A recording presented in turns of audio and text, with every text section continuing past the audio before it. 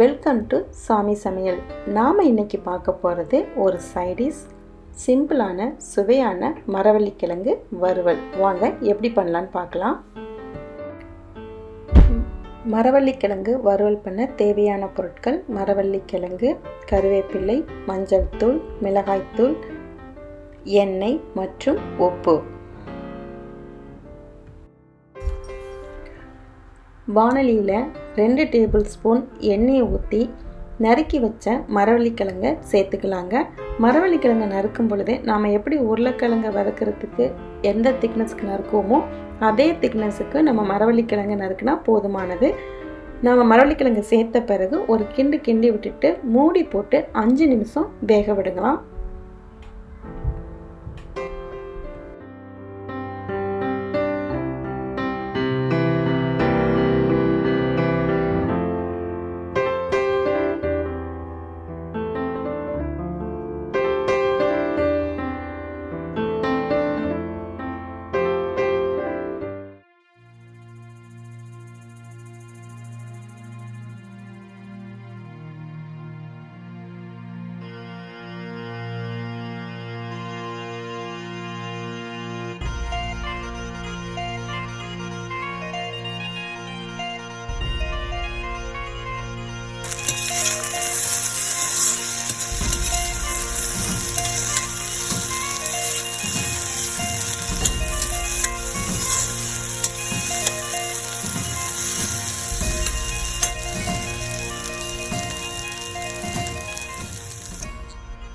அஞ்சு நிமிஷம் கழித்து பார்த்திங்கன்னா கிழங்கு ஒரு 50% வெந்திருக்கும். நாம் இப்போ உப்பு, மிளகாய்த்தூள்,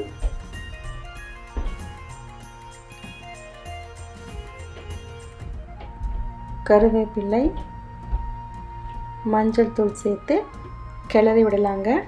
இதுக்கு மேலே நாம் இதுக்கு மூடி போடணும்னு அவசியம் இல்லை.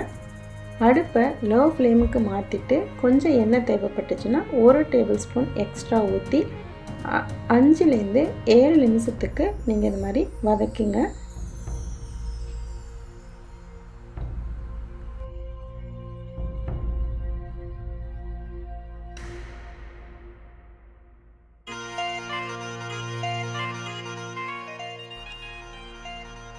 அப்பப்போ இடையில கொஞ்சம் கிண்டி விடுங்க. ஆல்மோஸ்ட் இந்த கிழங்கு ரெடி ஆகிடுச்சு.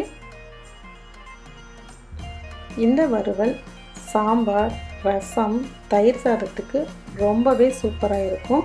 பாருங்கள், நம்ம கிழங்கு இப்போ ரெடி ஆகிடுச்சு. நாம் இதை பவுலுக்கு மாற்றிக்கலாம். இந்த ரெசிபி உங்களுக்கு பிடிச்சிருந்துச்சுன்னா லைக் பண்ணுங்கள், ஷேர் பண்ணுங்கள், கமெண்ட் பண்ணுங்கள், மறக்காமல் சப்ஸ்கிரைப் பண்ணுங்கள். என்னங்க, மரவள்ளிக்கிழங்கு வறுவல் பண்ண ரெடி ஆகிட்டிங்களா? நானும் ரெடி இன்னொரு ரெசிபியோட உங்களை சந்திப்பதற்கு. பாய்.